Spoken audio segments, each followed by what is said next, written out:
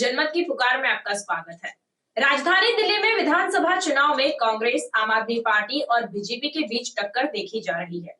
हालांकि सीधा मुकाबला भाजपा और आम आदमी पार्टी के बीच देखा जा रहा है, लेकिन कांग्रेस पार्टी भी पूरी ताकत के साथ इस बार चुनाव को लड़ रही है। यही वजह है कि इस बार मुकाबला त्रिकोणीय भी हो सकता है, क्योंकि दिल्ली विधानसभा चुनाव में राहुल गांधी की एंट्री हो रही है। कांग्रेस ने लोकसभा चुनाव आम आदमी पार्टी के साथ मिलकर गठबंधन में लड़ा था, लेकिन इस बार दोनों ही पार्टी अलग अलग चुनाव लड़ रही है। अब दिल्ली विधानसभा चुनाव में राहुल गांधी की एंट्री होगी, इस बात की जानकारी खुद दिल्ली प्रदेश कांग्रेस कमेटी की तरफ से दी गई है। दिल्ली प्रदेश कांग्रेस कमेटी में आयोजित प्रेस कॉन्फ्रेंस में मीडिया इंचार्ज काजी निजामुद्दीन ने बताया कि दिल्ली में विधानसभा चुनाव को लेकर राहुल गांधी की 13 जनवरी को सीलमपुर में एक जनसभा आयोजित होगी। 13 जनवरी को सीलमपुर में करीब शाम 5 बजे एक जनसभा में राहुल गांधी भाग लेंगे। ये जानकारी दिल्ली प्रदेश कांग्रेस कमेटी की तरफ से दी गई है। दिल्ली प्रदेश कांग्रेस कमेटी के नेता काजी निजामुद्दीन ने कहा कि राहुल गांधी ने जिस तरह से देश में न्याय यात्रा निकालकर देश को एक करने की कोशिश की है, उससे उनका जन आधार बढ़ा है। आज हर वर्ग का व्यक्ति उन्हें पसंद करता है। वह गरीबों के भी काम आए हैं और उन्होंने सभी की समस्याएं सुनी है। ऐसे में दिल्ली चुनाव में उनको लेकर कार्यक्रम रखा गया है। बता दें कि दिल्ली कार्यक्रम में दिल्ली प्रदेश कांग्रेस कमेटी के सभी बड़े नेता भाग लेंगे। प्रियंका गांधी, मल्लिकार्जुन खड़गे और दूसरे नेताओं की इस कार्यक्रम में शिरकत होगी या नहीं, इस पर अभी सस्पेंस बना हुआ है। प्रेस कॉन्फ्रेंस की पूरी बात सुनिए कि क्या क्या कहा गया। करने वाले आलोक शर्मा जी, जो अखिल भारतीय कांग्रेस कमेटी के सचिव भी हैं, पंजाब के प्रभारी भी हैं और राष्ट्रीय प्रवक्ता भी हैं। हमारे साथ अरुण अग्रवाल जी भी हैं, जो राजस्थान से हम लोगों के बीच हैं, जो कम्युनिकेशन डिपार्टमेंट की इस पूरे चुनाव में जिम्मेदारी संभालेंगे। रश्मि सिंह जी हैं, जिनसे आप रोज मुखातिब होते हैं पत्रकार वार्ताओं में। अस्मा जी हैं, जो तेलंगाना से आई हैं। मैं अनुरोध करता हूं आलोक शर्मा जी से कि वे आज के विषय पर प्रकाश डालें। बहुत बहुत धन्यवाद। सभी पत्रकार बंधुओं का इस सर्दी के मौसम में समय निकालकर यहाँ आने के लिए तहे दिल से मैं दिल्ली प्रदेश कांग्रेस कमेटी की तरफ से बहुत बहुत धन्यवाद करना चाहता हूँ। साथियों, हमारा और आपका नाता बहुत लंबे समय से है। जब 2010 में तमाम आरोप लगने शुरू हुआ तो ये था कि 2009 में जब कांग्रेस पार्टी की प्रचंड यूपीए सरकार की जीत हुई, 200 से ज़्यादा सांसद जीतकर डॉक्टर मनमोहन सिंह जी की सरकार बनी, और 2008 में जब शीला दीक्षित जी की सरकार बनी तो पूरी बीजेपी जो थी वो घबरा गई थी। और 2009 के बाद से ही किस तरह से कांग्रेस को बदनाम किया जाए, किस तरह से कांग्रेस के ऊपर तमाम झूठे आरोप लगाए जाएं, वो सिलसिला प्रारंभ हुआ 2009-10 के बाद से। क्योंकि बीजेपी जब जब सीधे तौर पर हमसे नहीं लड़ पाती है तो अपने प्रॉक्सी खड़े करती है। वो चाहे इंदिरा जी का समय रहा हो, जेपी नारायण का मूवमेंट रहा हो, चाहे वो रामलीला मैदान का अन्ना हजारे का मूवमेंट रहा हो, तो बीजेपी जब जब ऐसा लगता है कि हम सीधे तौर पर कांग्रेस का मुकाबला नहीं कर सकते तो मुखौटों को उतारती है वो। और यही हुआ कि 2010 में जब इनको एहसास हुआ कि क्योंकि बीजेपी दिल्ली में 2000 से पहले केवल 1993 में एक बार इन्होंने अपनी सरकार बनाई थी, और 1993 के बाद से लेकर आज तक बीजेपी अपनी सरकार दिल्ली में नहीं बना पाई थी। 2009 का चुनाव का रिजल्ट आया और बीजेपी ने आरएसएस की पटकथा जो थी उसको पूरी तरह से दिल्ली वालों के ऊपर थोपने का काम किया, और एक अन्ना हजारे नाम का बीजेपी का पिट्ठू ढूंढा गया कि इसको लाकर यहाँ पर रामलीला मैदान में बैठाया जाए, और मूवमेंट का नाम दिया गया इंडिया अगेंस्ट करप्शन। और उसमें मुखौटा जो था वो एक गैंग था पूरा। उस गैंग में कुछ लोग ऐसे थे जो क्रिकेट बोर्ड में विनोद राय जैसे लोग चले गए, कुछ लोग ऐसे थे जो पौंडीचेरी के लेफ्टिनेंट गवर्नर बन गए, कुछ ऐसे थे जो सत्ता में भागीदार बन गए, कुछ इंडिया अगेंस्ट करप्शन और फर्जीवाल को छोड़ के बीजेपी में वापस चले गए। बहुत सारे लोग थे, उनमें से कुछ अभी भी इधर उधर भटक रहे हैं, उनकी आत्माएं, कोई कथाएं करता घूम रहा है, कोई कुछ कर रहा है। ये गैंग वही था। कुछ लोगों ने, हमारे यहाँ भी एक आध लोगों ने सेंध लगाने का प्रयास किया, दाढ़ी वाड़ी थोड़ा ट्रिम करके यहाँ पहुँचे, लेकिन हम पहचानते हैं सबको, इसलिए हमने ज़्यादा तवज्जो नहीं दी। साथियों, आप लोगों को मालूम होगा इंडिया अगेंस्ट करप्शन में क्या हुआ था, किस तरह से अन्ना मूवमेंट हुआ और अन्ना मूवमेंट का मीडिया के साथियों ने किस तरह से उसको लाइव दिखाया।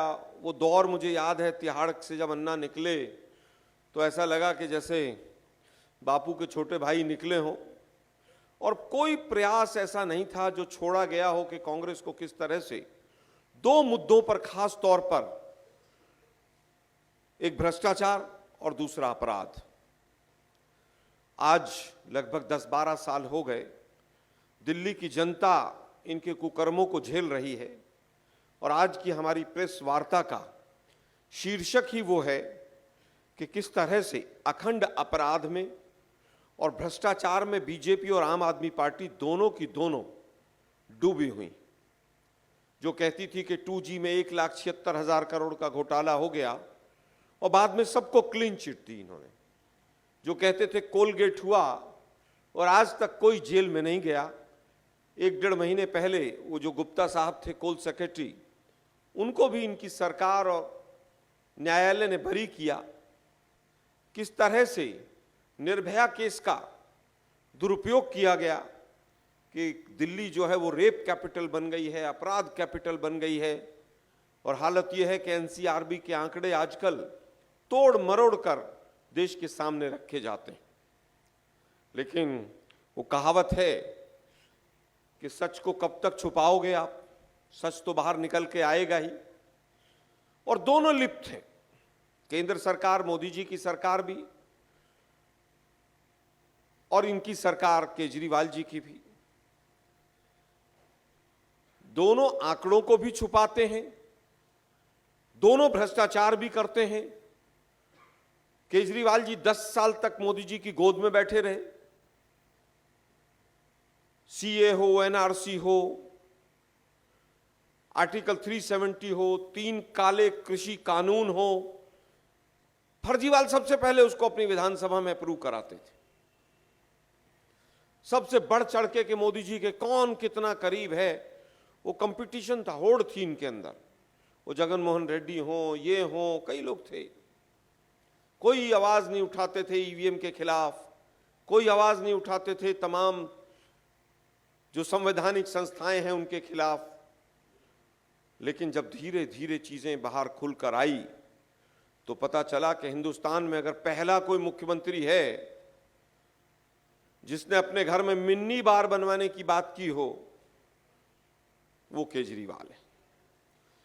वो नीली वैगनार, वो मफलर, उस नीली वैगनार से आकर नौटंकी करना, तमाम ऐसे फोटो ट्वीट कराना कि पता नहीं कितने साधारण और सिंपल लोग हैं हम, पता नहीं वो सच भी थे कि नहीं। एक फोटो मुझे आज भी याद है, रेलवे स्टेशन का प्लेटफॉर्म का, उसमें एक पैर मनीष सिसोदिया के दिख रहे हैं उत्तर की तरफ, दक्षिण की तरफ केजरीवाल जी के, चारों तरफ 4 लोगों के पैर दिख रहे थे। हम तो समझ ही नहीं पाए कि भ्रष्टाचार चारों तरफ से इस तरह से फैलाएंगे ये। वो फोटो इंडिकेशन था अपने आप में। अब वो एडिटेड था, सच्चा था, नहीं पता, लेकिन भ्रष्टाचार चारों दिशाओं में किया, ये सच्चाई। कल ही एक एनजीओ है जो तमाम मुद्दों पर अपने आंकड़े, खास तौर पर भारतीय लोकतंत्र, लोकतांत्रिक प्रतिनिधियों के संदर्भ में प्रस्तुत करती है, उसकी एक लंबी चौड़ी एक रिपोर्ट हमारे पास देश की जनता के सामने आई, और उसके अंदर दिल्ली के वर्तमान में जो 65 विधायक हैं, 70 में से अभी मौजूदा 65 हैं, 2-4 जेल में भी होंगे केजरीवाल वाले। तो एक तो वो हैं, वो नरेश बालियान जी हैं, वो कौन मकोका और पता नहीं कौन कौन से केस हैं, लेकिन जीते हुए 65 हैं। 58 उसमें से 58 आम आदमी पार्टी के हैं और 7 भाजपा के। आपको जानकर यह हैरानी होगी कि जो केजरीवाल कहते थे कि मैं एक भी दागी को टिकट नहीं दूंगा, मैं एक भी विधायक को ऐसा नहीं बनाऊंगा जिसके ऊपर सवाल भी खड़ा हुआ हो, और जीवन में कभी मेरे ऊपर कोई सवाल खड़ा हो जाएगा, भ्रष्टाचार का आरोप भी लग जाएगा, तो मैं रेजिग्नेशन दे दूंगा।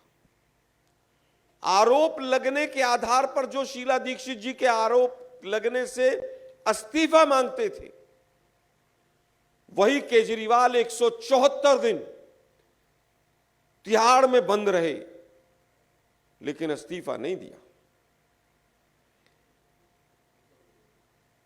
और बंद भी किस चीज में थे, सुनकर हैरानी होती। उनके जब प्रवक्ता कहते हैं महात्मा गांधी जी भी तो जेल में गए थे। अरे भाई, महात्मा गांधी जी को एक दारू की बोतल दूसरी फ्री करने के चक्कर में जेल में थोड़ी ना गए थे, उसमें तो आप गए हैं। आज हालत यह है कि 66% विधायकों के आपराधिक रिकॉर्ड हैं। ये 5 जनवरी 6 जनवरी तक की रिपोर्ट है, इसी साल तक की, जो उन्होंने पूरी कंपाइल करके हमारे सामने रखी। 66% में से भी अगर देखें आप, तो लगभग 55% गंभीर अपराध, जिसको हीनियस क्राइम कहते हैं। मुझे तो मोदी जी का वो चेहरा भी याद आता है, संसद में दोनों बाहें फैलाकर जब वो भाषण दे रहे थे। साथियों, भाइयों बहनों मित्रों, जितने राजनीतिक अपराधी हैं, 1 साल में सबके केसेस के ऊपर मैं निपटारा कर दूंगा। आज हालत यह है कि बीजेपी के जो विधायक हैं, उनमें से 71% ऐसे हैं जिनके ऊपर हीनियस क्राइम है, जिनके ऊपर बड़े बड़े गंभीर आरोप हैं। 100 के करीब सांसद ऐसे हैं बीजेपी के, राज्यसभा और लोकसभा के मिलाकर, जिनके ऊपर जो संसद में बैठे हैं हीनियस क्राइम है। रेप, अपराधी, रेप, डकैती, मर्डर 307, 302, 167, 168 तमाम धाराएं इसके अंदर लिप्त हैं, जो तमाम विधायकों के ऊपर है। आज हालत यह है कि जो पार्टी कहती थी कि हम आम आदमी पार्टी के लिए हम वैकल्पिक राजनीति करने आए हैं, आज वैकल्पिक राजनीति का हाल यह है कि लोकायुक्त कार्यालय में हजारों कंप्लेंट इनके खिलाफ भ्रष्टाचार की पड़ी, लेकिन कोई सुनने वाला नहीं।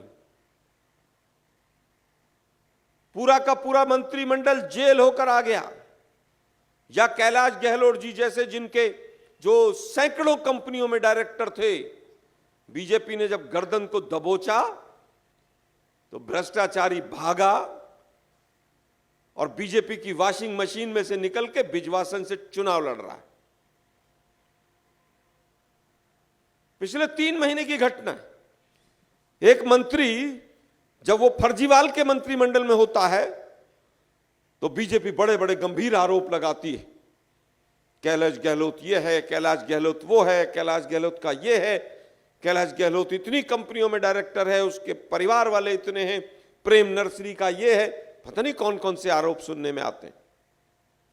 और वॉशिंग मशीन शुरू होती है, बटन दबता है, कैलाश गहलोत वॉशिंग मशीन के अंदर जाते हैं, वॉशिंग मशीन से बाहर होकर बिल्कुल नीट एंड क्लीन होके जैसे ही वॉशिंग मशीन से निकलते हैं बीजेपी की, उनको टिकट थमा दिया जाता है कि आप बिजवासन से चुनाव लड़ लीजिए।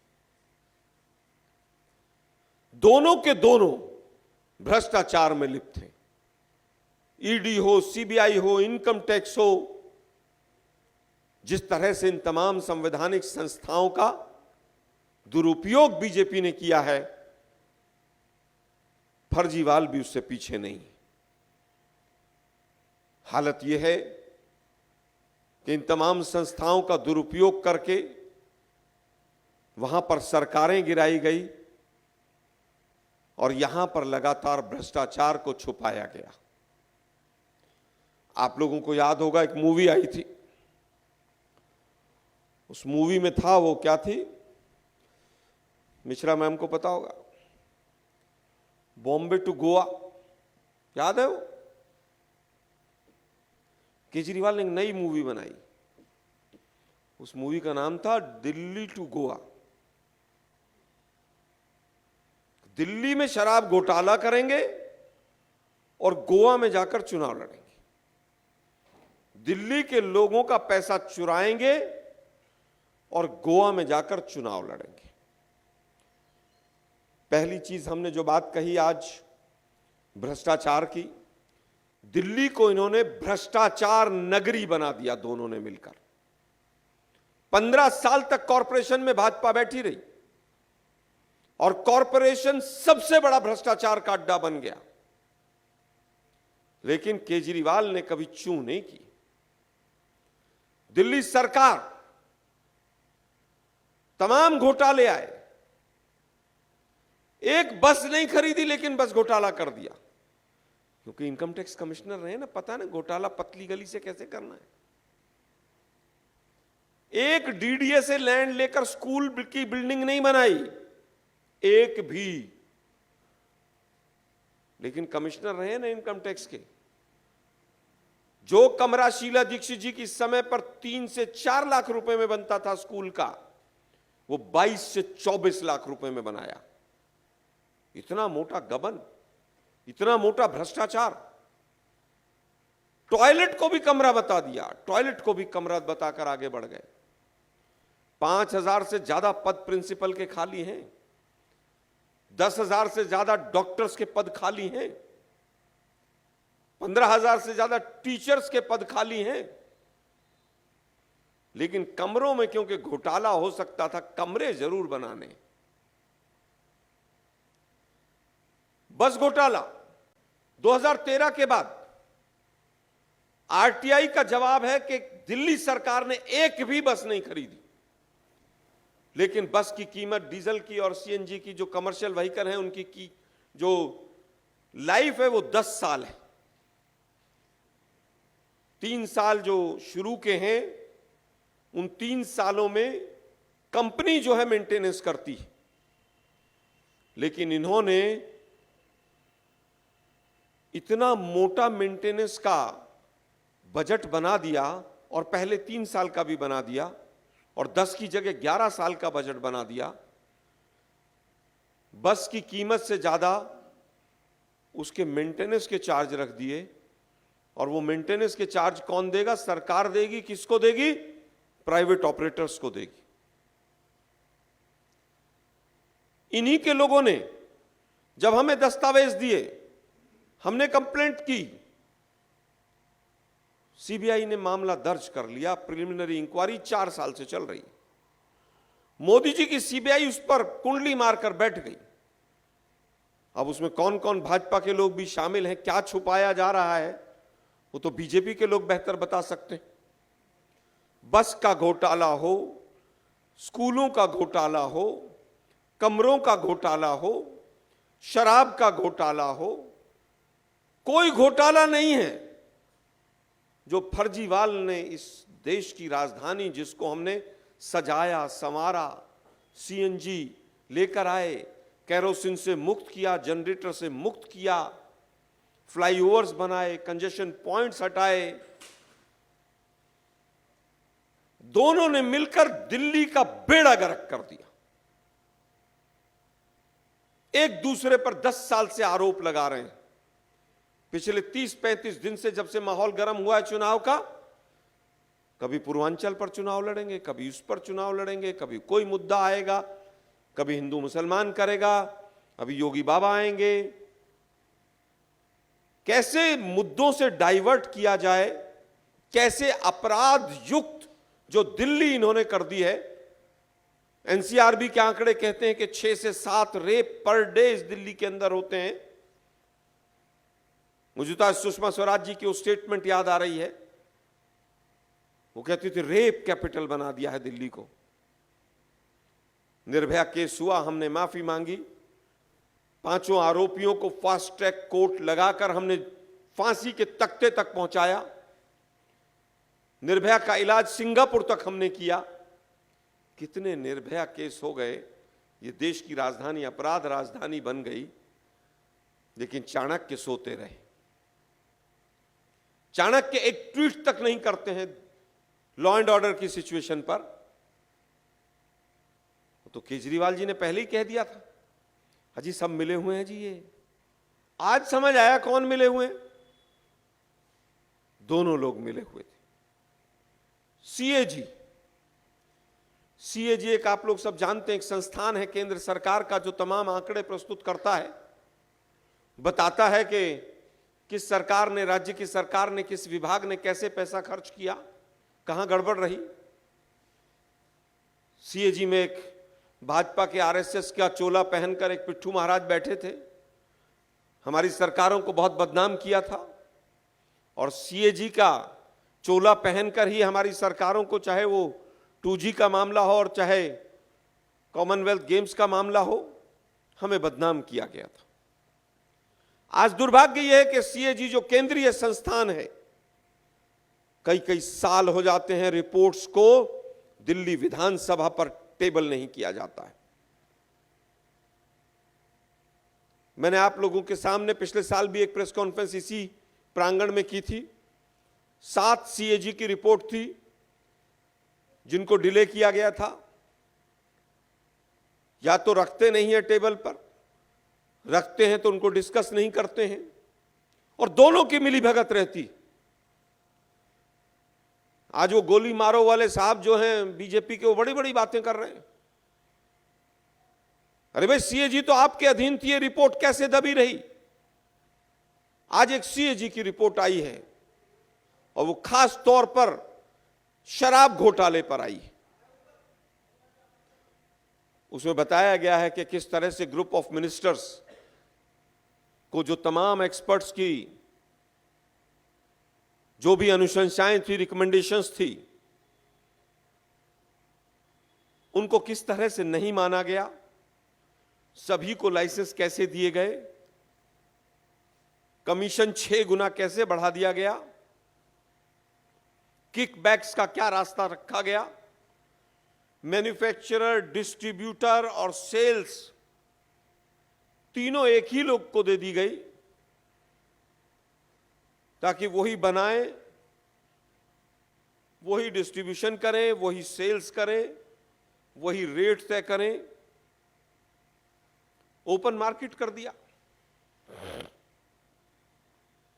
जब दिल्ली वालों को तनख्वाह मिलनी हो पहले हफ्ते में, तो आप हफ्ते में एक दिन ऐसा रख दीजिए कि एक दारू की बोतल के साथ दूसरी फ्री।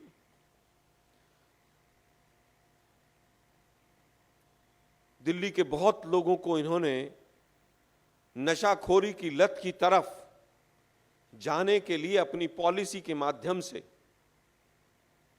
कहीं ना कहीं गुमराह किया। लगभग 1000 दुकानें 6 महीने के अंदर खोल दी।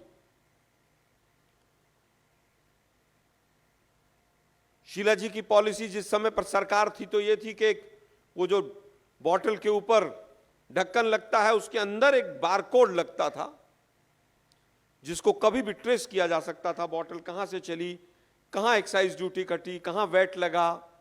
एक्साइज ड्यूटी पहले पॉइंट पे लगती है, वैल्यू एडिड टैक्स सेल्स के टाइम पे लगता है, क्योंकि लिकर जो है वो जीएसटी से आज भी बाहर है। इन्होंने बार कोड का घोटाला किया, टिंटेड कंपनीज को वो ठेके दिए, जो कंपनियां घाटे में थी उनको मुनाफे में पहुंचाने का काम किया।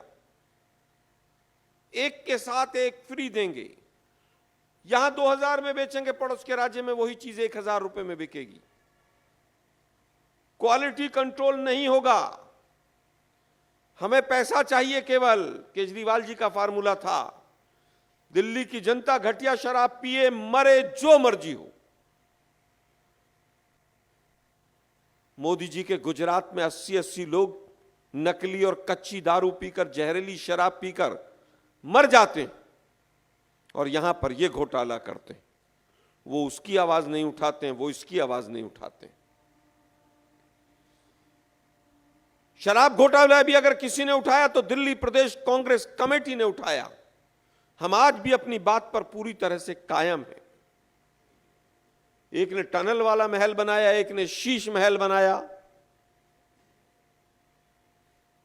दुर्भाग्य यह है कि कल ही, बल्कि आज ही एक रिपोर्ट आई जिसमें बताया गया कि 2000 करोड़ से ज्यादा का नुकसान टैक्स पेयर्स का दिल्ली वालों का हुआ केवल शराब घोटाले से।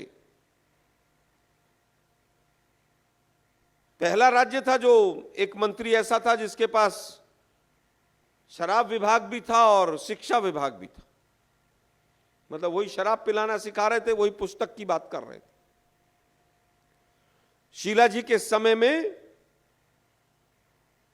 39 करोड़ के करीब का हाईएस्ट बजट था दिल्ली का एडवर्टीजमेंट का, और वो भी जब था जब कॉमनवेल्थ गेम्स का इतना प्रचार हमने किया।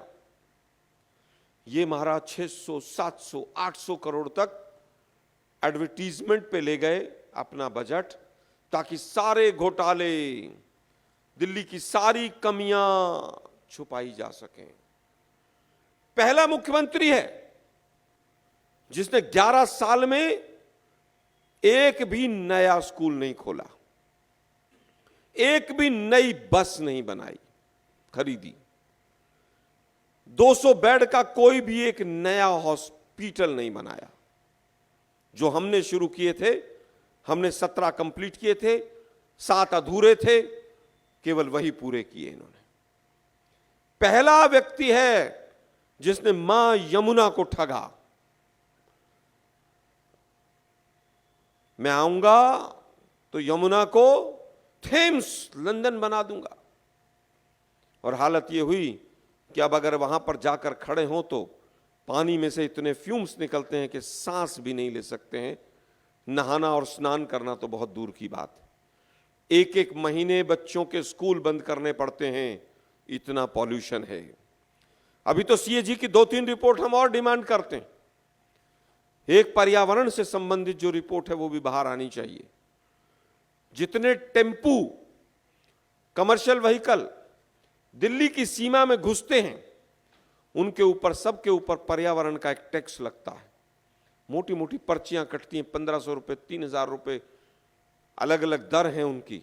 वो पैसा गबन में कहां गया है, उस पैसे का कितना उपयोग कहां हुआ है। लेकिन दुर्भाग्य यह है कि बीजेपी राजनीति करती है, बीजेपी को दिल्ली की कोई चिंता नहीं है। आप लोग समझिए, 2000 करोड़ रुपया छोटा अमाउंट नहीं होता है। इसमें कितने हॉस्पिटल बन सकते थे, कितने फ्लाईओवर बन सकते थे, कितने स्कूल बन सकते थे, कितने वृद्धाश्रम बन सकते थे, कौन कौन से विकास के काम हो सकते थे। हम तो कह रहे थे कि यमुना साफ होती। 2000 करोड़ रुपए के अगर आप सीवरेज ट्रीटमेंट प्लांट्स में खर्चा करते तो जितने नाले यहां पर आप जमुना में गिर रहे हैं, आप पानी को साफ करके मां यमुना में छोड़ सकते थे। लेकिन दुर्भाग्य है कि दोनों मिले हुए। सीएजी केंद्र सरकार के तहत है, वो रिपोर्ट को दबा के रखता है। जब कांग्रेस की सरकारें हों तो बढ़ा चढ़ाकर पेश करते हैं, और जहां इनकी मंत्रिमंडली की या इनकी अपनी स्वयं की सरकार हो, वहां पर रिपोर्ट को छुपा कर रखते हैं। आज के हमारे 2 विषय थे कि किस तरह से अपराध में और भ्रष्टाचार में आम आदमी पार्टी और बीजेपी दोनों डूबी हुई हैं, और असली जो नुकसान है वो दिल्ली वालों के स्वास्थ्य का है, उनके विकास का है, उनके आने वाली पीढ़ियों का है। पूरी तरह से इन्होंने दिल्ली को ठगा है। एक चंदा चोर है, एक दारू की शालाएं खोलने वाला है।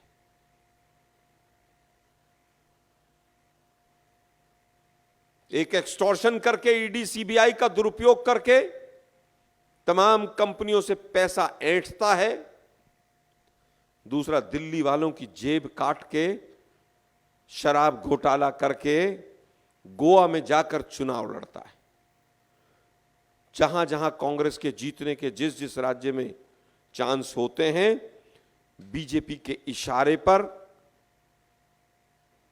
ये और ओवैसी साहब जैसे लोग चुनाव जाकर लड़ते हैं। बीजेपी ने एक छोटा रिचार्ज तैयार किया था अन्ना हजारे के माध्यम से। आज वो छोटा रिचार्ज थोड़ा बड़ा रिचार्ज हो गया है।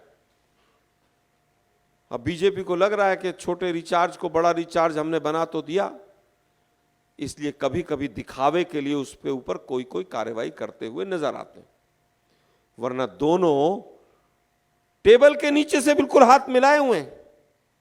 दोनों ने हाथ मिला रखे हैं टेबल के नीचे से, दोनों एक हैं।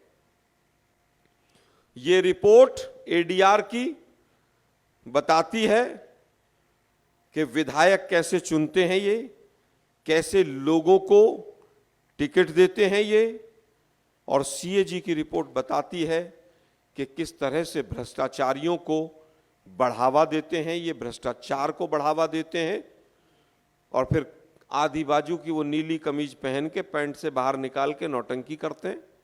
मैं आपका बेटा, मैं उसका बेटा, मैं बाप, मैं ये फलाना, मैं ढिकड़ा, रोज की फिर नौटंकी करते हैं। दोनों के दोनों का ये हाल है। एक झूठ बोलने में माहिर है, दूसरा यू टर्न लेने में मास्टर है। दोनों ने मिलकर दिल्ली का बेड़ा गर्क कर दिया। आज हालत यह, थोड़ी सी बारिश होती है, पानी भरता है।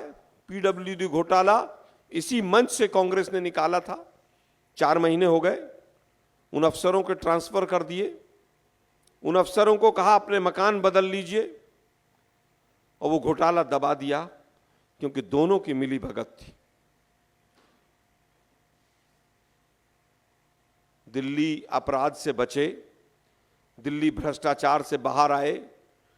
हम लोकतंत्र के चौथे स्तंभ मीडिया के माध्यम से ये कहना चाहेंगे जनता को कि कांग्रेस ही है जो दिल्ली को सजा सकती है, संवार सकती है, दिल्ली के लोगों का भविष्य बना सकती है। हम महिलाओं का सशक्तिकरण चाहते हैं। 2500 रुपए महीना हम महिलाओं के अकाउंट में देने की बात करते हैं।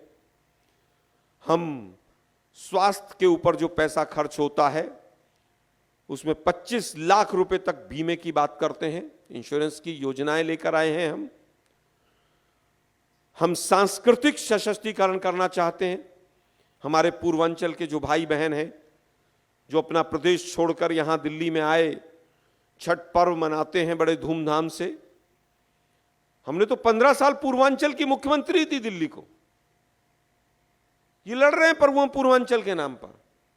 हमने तो पूर्वांचल की मुख्यमंत्री शीला दी थी, 15 साल तक पूर्वांचल के लोगों ने मुख्यमंत्री के तौर पर दिल्ली में राज किया। हम छठ पर्व को पूरी तरह से कुंभ की तर्ज पर दिल्ली में मनाएंगे। जैसा आज प्रयागराज में एक जिले का नाम उन्होंने किया है, हम भी यहां पर एक नया जिला बनाएंगे जो छठ पर्व के ही तमाम चीजों को हैंडल करेगा, प्रशासन रहेगा। हमें दिल्ली की चिंता है, हमें दिल्ली के भविष्य की चिंता है। दिल्ली का विकास हमने किया है, शाहजहांबाद से लेकर और वर्तमान की दिल्ली तक हमने इसके अंदर तमाम उतार चढ़ाव देखे हैं। कांग्रेस साक्षी रही है। कांग्रेस ने तिनका तिनका और कंकड़ कंकड़ जोड़कर दिल्ली की आधारशिला नींव रखी है। हम पुनः सर झुकाकर नमन करते हुए दिल्ली की जनता के बीच में हैं कि कांग्रेस को आशीर्वाद दें आप। हम पुनः दिल्ली का विकास करने के लिए तैयार हैं। बहुत बहुत धन्यवाद। आप लोगों के अगर कोई प्रश्न हो तो जी।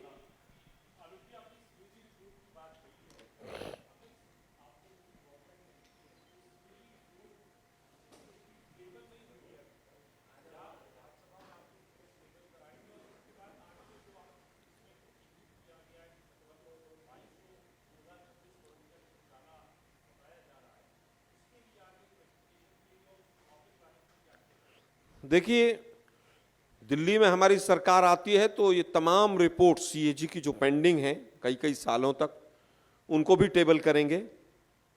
शराब घोटाले से संबंधित जिस रिपोर्ट के बारे में आपने फोकस्ड क्वेश्चन पूछा है, हम इसको रखेंगे। उसमें एलजी की क्या भूमिका थी उसकी भी जांच करेंगे, क्योंकि शराब घोटाले की जो फाइल थी उसकी मंजूरी किसने दी? एलजी ने दी। वो दुकानें खुली तो परमिशन किसने दी? कॉरपोरेशन ने दी। कॉरपोरेशन में भाजपा थी। किस किस मंत्री का क्या हाल रहा, किसका क्या हाथ रहा, किस किस का क्या रोल रहा, उसकी सब चीजों पे जांच होगी। और जांच इस लेवल पे होगी, हो सकता है हम सुप्रीम कोर्ट या हाई कोर्ट के चीफ जस्टिस रिटायर्ड से जांच कराएं, हो सकता है सीबीआई इंक्वायरी के लिए रिकमेंडेशन हो, हम सड़क से लेकर संसद तक वाया न्यायालय, जो भी हमारे संवैधानिक अधिकार हैं, इस घोटाले का पर्दाफाश करेंगे और जो जो लोग दोषी हैं उनको वापस तिहाड़ में भेजेंगे।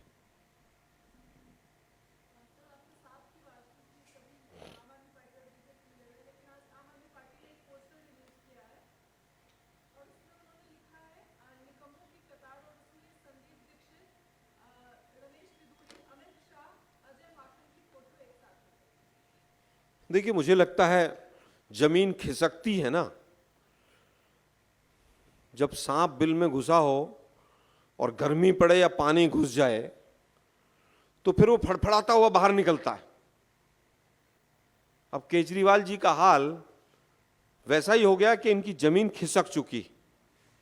अब एक एक चीज जब बाहर आ रही है निकलकर, तो अनाप शनाप आरोप भी लगाएंगे। लेकिन दिल्ली की जनता अब इन चीजों से गुमराह होने वाली नहीं है। किसका फोटो किसके साथ लगाया, ये वही फर्जीवाल थे ना जिन्होंने कॉन्स्टिट्यूशन क्लब में एक लंबी सी लिस्ट लेके बैठे थे, ये भी भ्रष्टाचारी, ये भी भ्रष्टाचारी। याद होगा आप लोगों को? वो कहां गए सब भ्रष्टाचारी?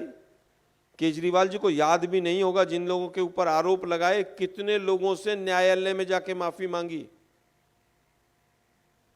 उसमें भाजपा के लोग भी थे, कांग्रेस के लोग भी थे। अगर काम किया है तो आपको झूठ बोलने की आवश्यकता नहीं। आपने काम किया है तो पिछले 40 दिन में तमाम जो झूठी घोषणाएं कर रहे हैं वो करने की आवश्यकता नहीं थी। आपके बस की कुछ भी नहीं है केजरीवाल जी। आप कहते हो दिल्ली पुलिस मुझे दे दो, फिर मैं पता नहीं क्या कर दूंगा। अरे पंजाब की पुलिस तो आपके पास है। लुधियाने के एमएलए को कल गोली मार दी गई, सिटिंग एमएलए को।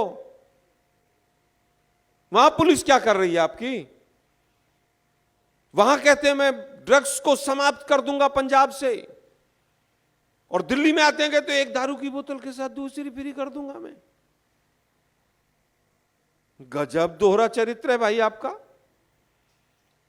एक महीने के अंदर 5 थानों में बॉम्ब ब्लास्ट होते हैं पंजाब में। वहां कहते हैं 1000 रुपए दूंगा, यहां 2100 दूंगा।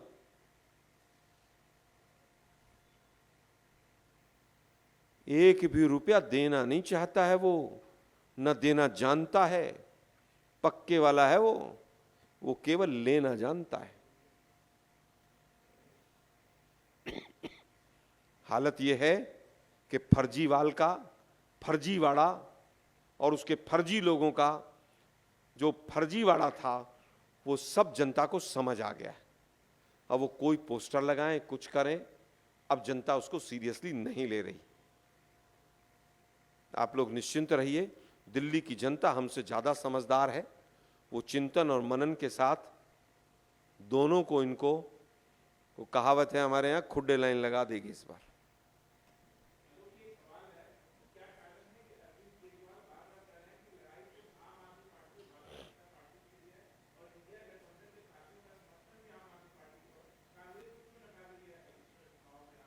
देखिए, इंडिया गठबंधन हमने बहुत स्पेसिफिकली क्लैरिफाई कर दिया, लोकसभा के चुनाव के लिए बना था।